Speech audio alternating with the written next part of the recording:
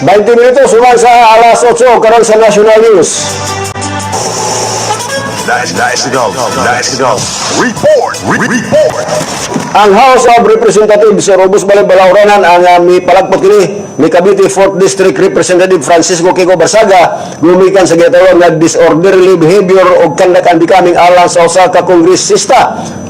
Lakip na ang kanunay niining pag absent o pag-perform sa iyahang katungdanan bilang magbabalaod ang House Ethics Committee Chairperson o Purpose Party List Representative Gisha Balos na mayag nga ang expulsion maureho sa kasilot nga tukma ni Barsaga gumikan sa kapakyas sa pag-usap sa iyang kaugalingon bisan pa kini gipatawan na o 2 ka bulan nga suspension without pay.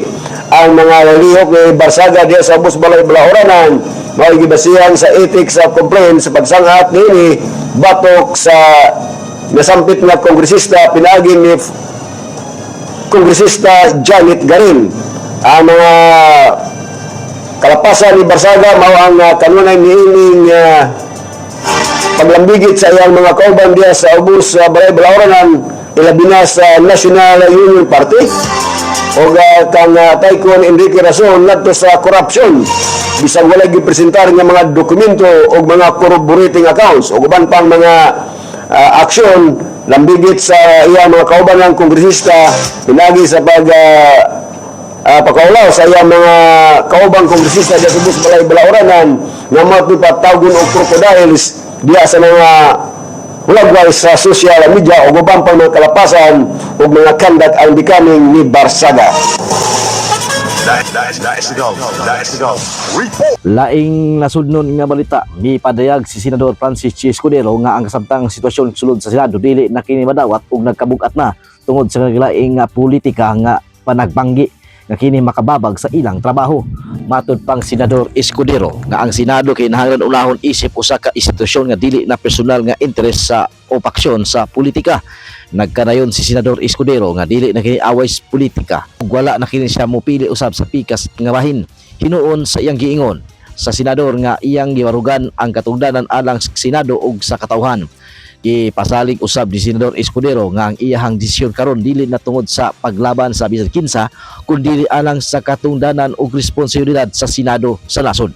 Ning bagway lang gidayig sa mga pipila ka membro sa Senado ang lakang ni Senador Escudero nga mitindog og nag-atubang sa isyu sulod sa institusyon.